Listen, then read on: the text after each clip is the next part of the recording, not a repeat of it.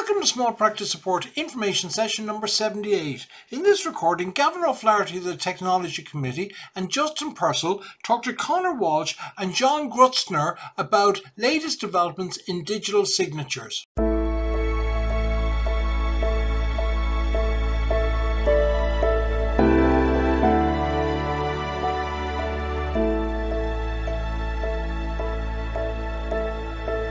So you're all very welcome today to this small practice information session on an update on digital signatures. So I'm joined today by Gavin O'Flaherty from the Business Law Committee, partner of Eversheds Sutherland, John Grutzner from Sin Graphy, and Conor Walsh from Fred Legal, Conor. So Gavin, in this digital signatures, can you give us a brief update on what you think is happening out there currently? What's been adopted? How has it been used, and how you see it being further adopted in the future?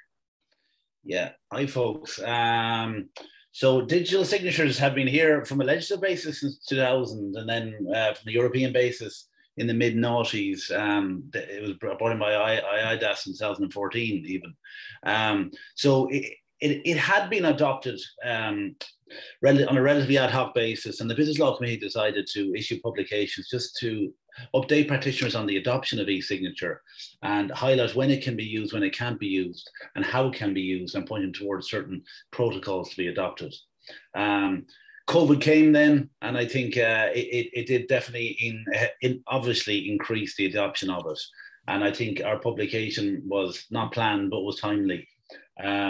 So I suppose what is e-signature? And a simple thing from an Irish legal perspective is any data electronic form that is attached to a document by the signatory to sign. So that could be their e-signature recreated on an iPad or whatever, or an email address, or a recreation through some form of technology of their signature that they then use and attach to a document.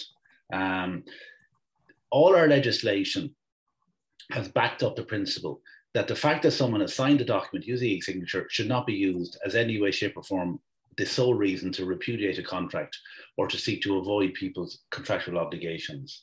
And there's nothing to say that it introduces any level of lesser import to the execution of a document in any way, shape, or form that e-signature hadn't been used. That's just to be borne in mind. So by way of legislation, there's three forms of signature, right? There's electronic signature, your simple electronic signature. That's the way you sign a simple contract. So that's a simple electronic signature. They then created the principle of the advanced electronic signature under European law. We decided to have, under Irish law, the advanced electronic signature with a qualified certificate, all right? And that's the way a document that's by way of deed is signed at present under Irish law, the E-Commerce Act, Section 14. You then had a qualified electronic signature, which is like a form of signature that at a higher level of proof. It involves a third party, in essence, signing off for the execution of the document. A qualified trust service partner or provider would be the entity involved there. So we don't see that this third one used in any way, shape, or form to any great extent. And we don't have knowledge of any great level of advisors who provide the advanced electronic signature with a qualified certificate either in the Irish market. So I'll come to what is happening then at present in respect of executions of documents. The one point to remember in principle that we have different here in Ireland to a lot of other jurisdictions is the requirement for corporates when they're signing a deed that they need to sign it under a corporate seal as well. And that's slightly unique to us, and it's something that, again, I'll come to as to what has been causing issues with the adoption of e-signature to some extent. Where documents are described as needed to be done in writing, signed, or underhand, they can be signed using e-signature. So there's no issue there with those words if they're used in your documents, meaning that, for example, the deed of amendment or otherwise needs to be signed in wet e-signature. That's not a requirement under that wording because of the Interpretation Act and because of the E-Commerce Act. So again, that shouldn't stop you using e-signature. What happens if one party wants to sign in e-signature and another party wants to sign by hand in wetting signatures? A combination of execution methods is okay. But just remember that it's a fundamental principle of usage of e-signature that all parties to the contract need to consent to the usage of e-signatures. Just remember you need to get that as well. In addition, if you're doing an e-signature on a corporate or a document with a state body, then there is a higher level of proof required there, whereby the state body, the semi-state body, needs to confirm it has the IT systems to enable it to execute using e-signature. So again, just to bear that in mind as well. One other query we've had very recently, Justin, from practitioners is what do they do with documents when they're signed by way of e-signature? You don't need to print them off. You don't need to print them off afterwards and get them signed a wet ink, because we're lawyers. We all wake up at night worrying about transactions did 10 years ago. You don't need to do that. You can store electronically on your systems in practitioners' practices. There's offsite systems which I manage. You can have an online depository if you want to, which is secured, but as long as it's held safely in your offline systems, then that is sufficient for the purposes of storage, and there's no requirement to, for example, print it off, or as we have seen in certain circumstances, people saying, yes, we'll complete using e-signature, but after completion, we get a fresh set of copies signed and wet e-signature, because, as I say, we don't trust ourselves, so to speak. That's not necessarily required. Like, following on from that, as I say, it still is a form of secure execution, e-signature, and we don't see that inducing a layer of doubt as regards execution. The core principles of contract law need to be still adopted, obviously offer acceptance and consideration, and the extra layer of consent being required for using e-signature. What have we found as regards the barriers just over the last couple of years is, one, the requirement for consent. That can be a barrier as well. So one party doesn't consent to the usage of it. Secondly, legislation provided that certain documents do need wet signature. So you've got wills, enduring powers of attorney, documents regarding the certain transfers of land interest, for example, as well. Affidavits, albeit there were some modifications of that in later legislation, and some trusts as well, albeit there is a view that some trusts, for example, related to personality, such as aircraft leasing trusts, can be used using e-signature, because the statute of frauds is not clear on whether them needing to be done using wet ink signature. So just to remember, there are a certain cohort of documents that can't be executed using e-signature. There is some concerns over bills of exchange and promissory notes, because they are tradable items that they probably prudently should be done using wet signature rather than e-signature. So just on that a cohort of documents, just remember. In the note that the Law Society have published, and which the Business Law Committee is updating, we sought to break down, you know, as practitioners, if you come up against contracts, how can you execute using e-signature, right? So simple contracts, that's a simple contract that can be signed by an individual, doesn't need to be signed as a deed for under law or other reasons, but there's lack of consideration. That can be signed with electronic signature, and a director can sign on behalf of a company using e-signature as well. So that's important. With the deeds executed by Irish companies, unfortunately, they have to be done under seal, okay? There is the alternative of the advanced electronic signature with a qualified certificate. We don't have existing providers on that, all right? So in that regard, then, parties have a couple of options. They can affix the seal inside using wet ink signature, as we have before. You can affix the seal, but the witnesses can show their signatures by way of attaching an e-signature to the documents as well. Or you can do the workaround, which has been there for a while, whereby a corporate could appoint a power of attorney, an attorney by way of part, which doesn't need to, that attorney document doesn't need to be executed under seal, and that attorney then would execute the document using e-signature. Prudent position probably would be that the attorney, when signing, should have their signature witnessed using these platforms that we have, such as DocuSign. But again, that's a workaround in that regard. As I say, powers of attorney don't have to be done under seal for corporates, and individuals can do them as well. Previously used to be the case, you had to do it under seal. Deeds executed by a signatory, by a private individual, they should be signed and witnessed. A lot of the platforms that are available do have the signing and witness function on them. So again, that's the way you should have those executed as well. Corporate resolutions can be signed using e-signature. We see no issue there. Stock transfer forms can be signed using e-signature. Sometimes I would say practitioners, because of the importance of stock transfer forms, are still looking for wet ink signature there to some extent. Minutes of general meetings and the like need to be signed by e-signature. You just need to be careful as well. If documents have been filed in any registry authorities, just for example, the Property Registration Authority, and in some cases, some of the declarations that require to be filed in the company's registration office, given some of them have timing risks with them, for example, if you don't file them in a specified time period. At the moment, they still do demand wet ink signature in certain cases. So I think do check with the local registry authorities if you're signing in those documents, just to make sure the wet ink signature is not required in certain of them as well. I think just still don't be lawyerly, do check your contract. Some contracts might provide that e-signature is not permitted to change them or be used to sign them for some reason. So if you have a document and, for example, it might say you can't change this document by way of a document executed by e-signature, then obviously get a wet e-signature done for it. So don't mistake it, our need to read documents, so to speak, as well. Again, if you're doing cross-border transactions, just make sure that the adoption of e-signature, while it's Europe-wide, there are ad hoc domestic positions being adopted in e-signature. To just make sure on the enforceability of e-signature in any other jurisdiction you're dealing with, albeit I know it has been adopted relatively worldwide as well.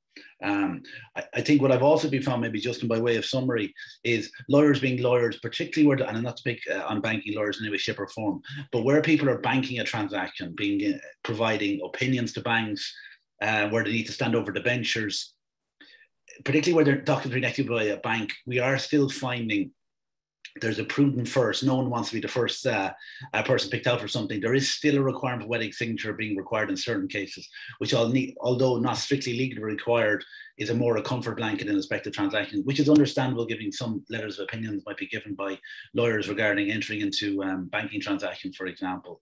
But I think it has been fulsomely embraced. I think e-signature, we would love if we didn't have company seals, because that, I think, is probably the last limb that is probably stopping the fulsome adoption of it. But I think, I think we will be stuck with corporate seals for a number of years to come, because I think there's other elements of the legal framework that see it as important, property transfers and the like, and the Law Reform Commission I've seen it sticking around as well. So I think that trying to keep to the timings, like the Oscar ceremony, the music is probably rising for me. So that's all I have. I'm happy to pick up any questions afterwards as well. And as I said to practitioners, an updated note is being circulated, which, as I say, will try to build in some of the war stories we've had from excellent feedback from colleagues, the original note, and some great queries and updates from colleagues, and engagement with some of the other firms in the Business Law Committee. Listen, Gavin, that's great. It's really hard to do such a brief summary and an in-depth summary in such a short time period. There are a few questions there on the chat panel. So do you want to have a review of them, and then we'll come back to them after John has talked? Conor, do you want to introduce John Grutzner? Yeah. Thanks, Justin. So look, just so people know, I'm representing the Microsoft 365 case management company called Thread Legal. The company's been around 20 years in Ireland. You might know us as Expediate. That's our very old product. And we now have the cloud-based product built to Microsoft. So look, for us, electronic signatures are something that the legal industry really has to adopt more seriously in Ireland, because the technology is actually there today. But it has to be done correctly. It has to be transparent, and then it has to, to be able to stand up to that scrutiny. So that's why we partnered with John's organization, Singraphy, or Singraphy, as some people pronounce it. And, these guys are thought leaders around non-repudiation and the actual power of a signature and how important it is. So the company is headquartered in Canada, but their service is available in about, I think it's over 180 countries right now. And it's all jurisdiction based and all that type of stuff. So they have all that boxed off, as you'd imagine. So we have John to give us some external perspective, external to Ireland perspective, and maybe some thoughts and examples of what's being adopted outside of Ireland, just as a moment, or help us reflect on what's happening outside of Ireland. And then the end of the session, we'll have some questions and answers, but we'll also, just to let you know, that we're going to follow up in 2 weeks' time, approximately 2 weeks' time, with an actual demonstration of using the Singraphy technology, how to sign up for it, et cetera, and to explain that it's not another monthly subscription type service. It's quite unique, actually, that it's a pay-as-you-use service. So it's cheaper than putting documents in an envelope, getting them delivered by post. It's actually cheaper to do it electronically, and obviously faster, and it has all the signing off. So look, John it's very early in Canada, in Vancouver at the moment. So I'm going to pass it over to John.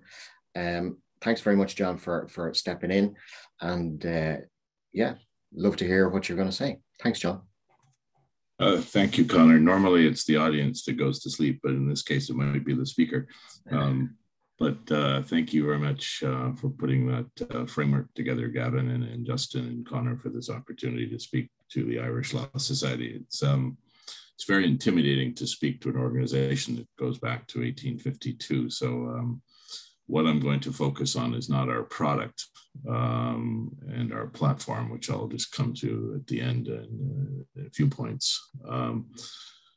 I'd like to talk about our philosophy of signatures. I'd like to go through where we are in Canada and the US and some of the other jurisdictions that we engage with globally, where we see the signatures coming from post-COVID and where they are now, and why we think that the industry has to, in our case, being part of that, move to a next generation in terms of approach.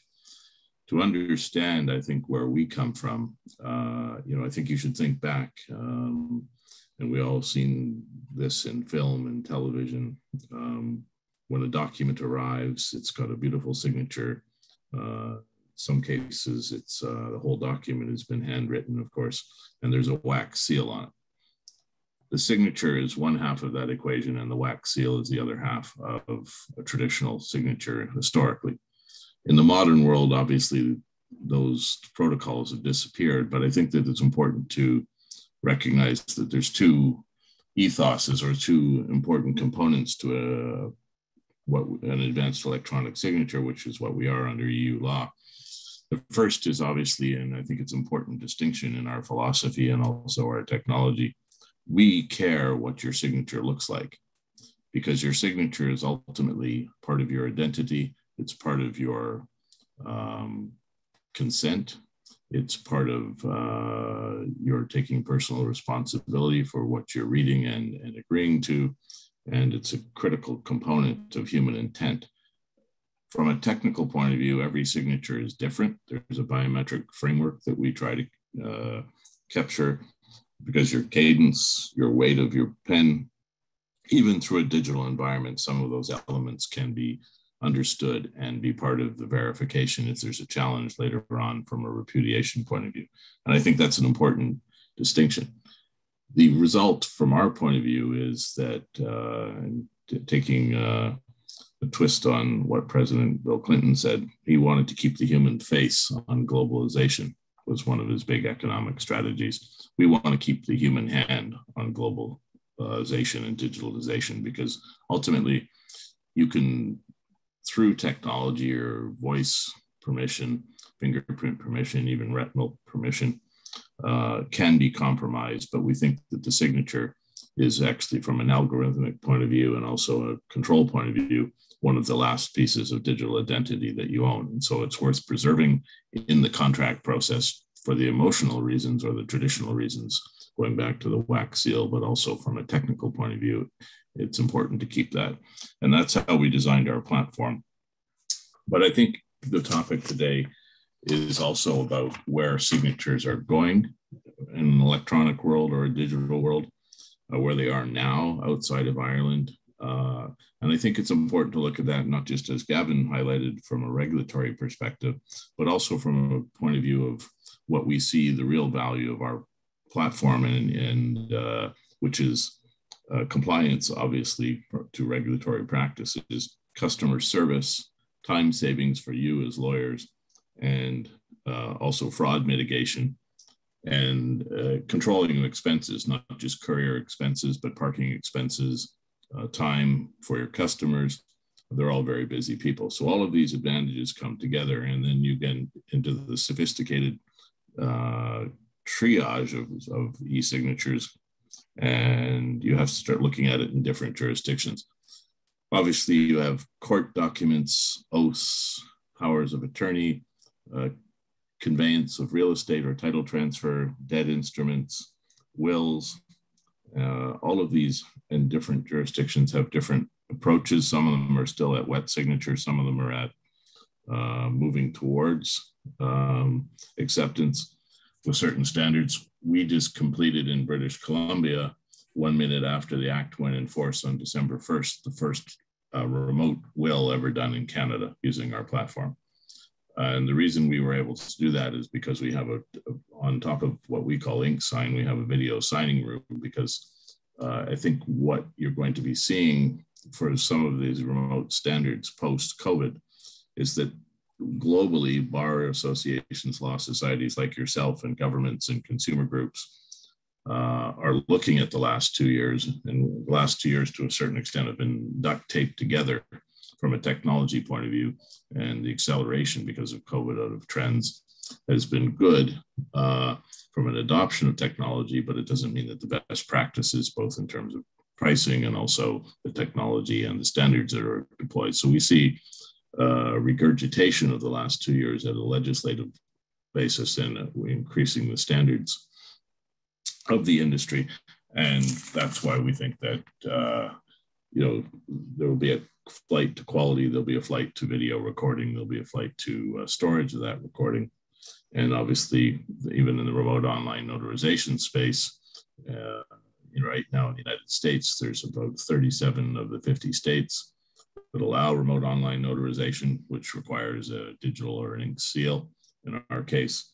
And that's a global trend. And then the other trend, I think, is, which we are adopting too as well, is that governments and certain sectors that have high risk of fraud, such as real estate, are demanding a greater electronic verification of identity or identity verification through a KYC process, through comparing of IDs, through digitally matching the face of the person in the ID. All of these things are on the horizon from a technology platform, because ultimately you want to have, from a statutory point of view, but also from a technology point of view, you want to have an experience that duplicates, but also, in fact, if you stop and think about it, when you're in a video mode, it's actually more robust than two people meeting in a coffee shop and signing a contract, because with a digital record that includes an audit trail, includes video recording, you have a much stronger proposition. So that's why, I think you have to look at,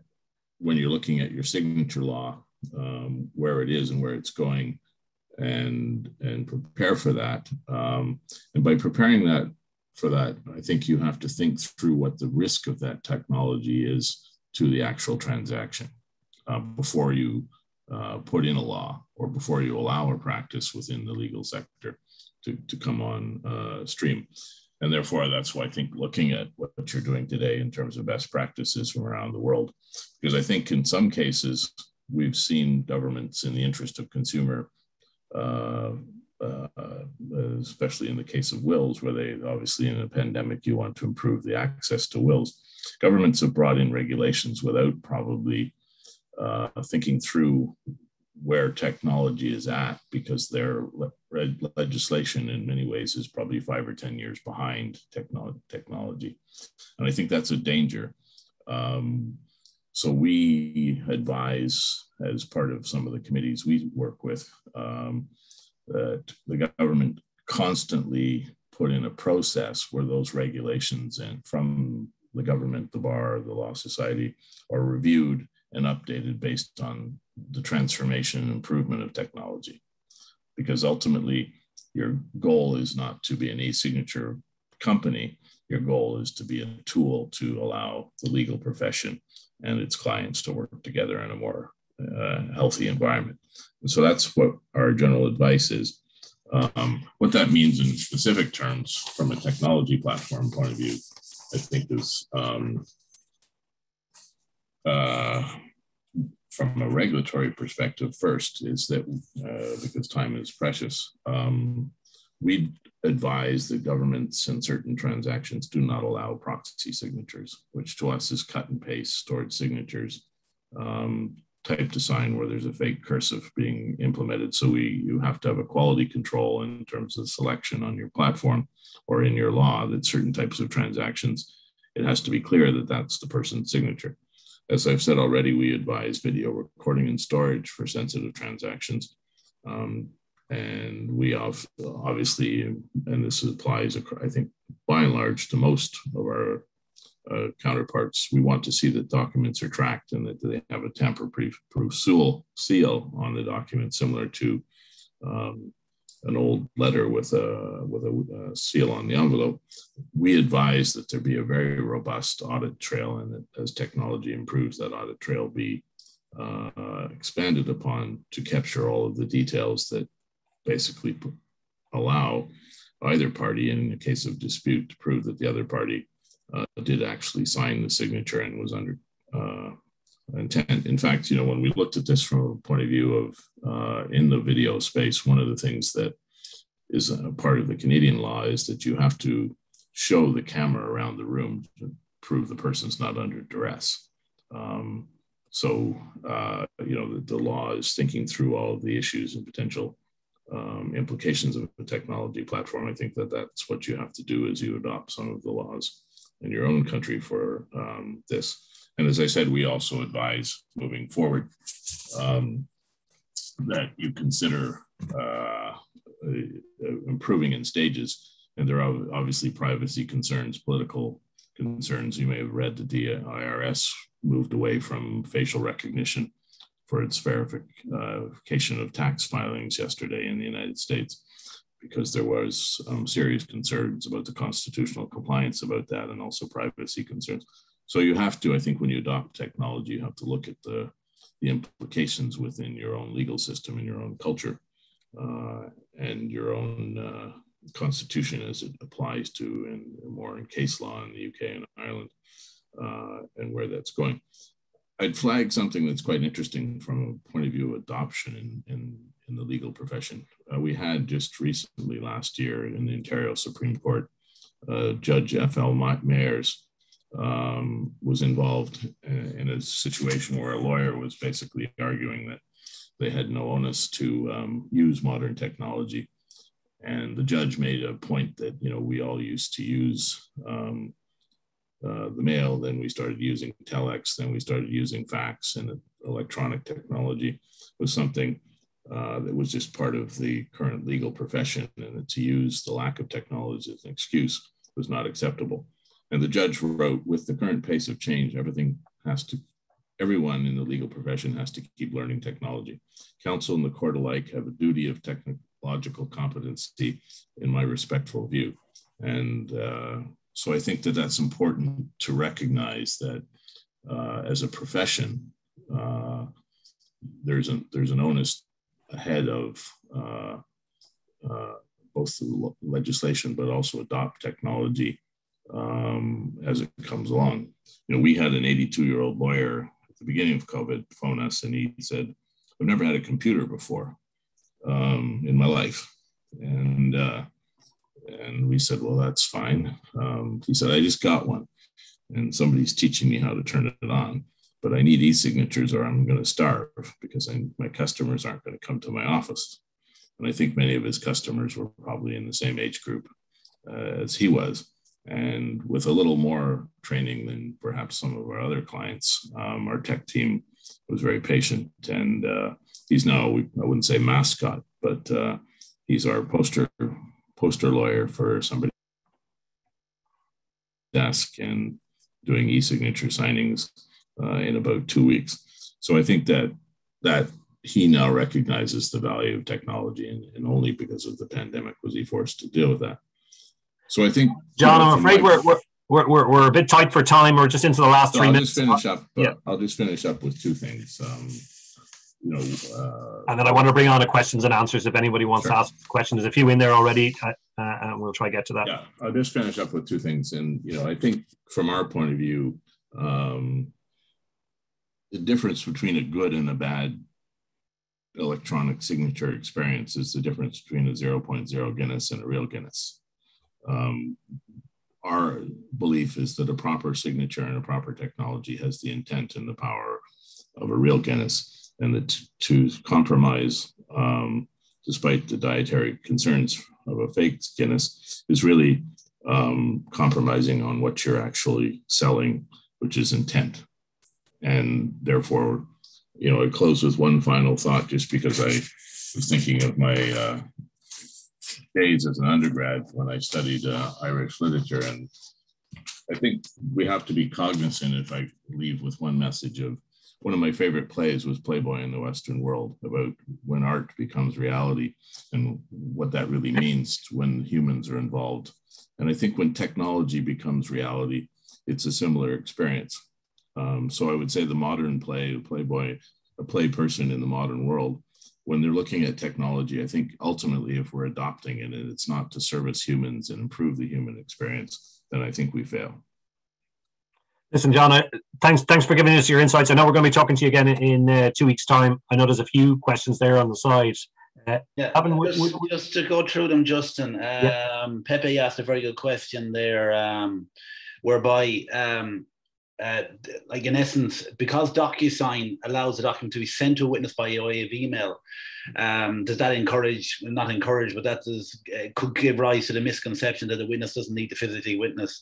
Absolutely, the witness needs to physically witness. And the witness can't witness through Zoom as well, and that would be the equivalent position in England and Wales. Physical witnessing is still the case, notwithstanding that the witness records their witnessing using e-signature. It doesn't create a separate manner or means of witnessing under Irish law, and the English and Welsh Law Society have also commented on that as well.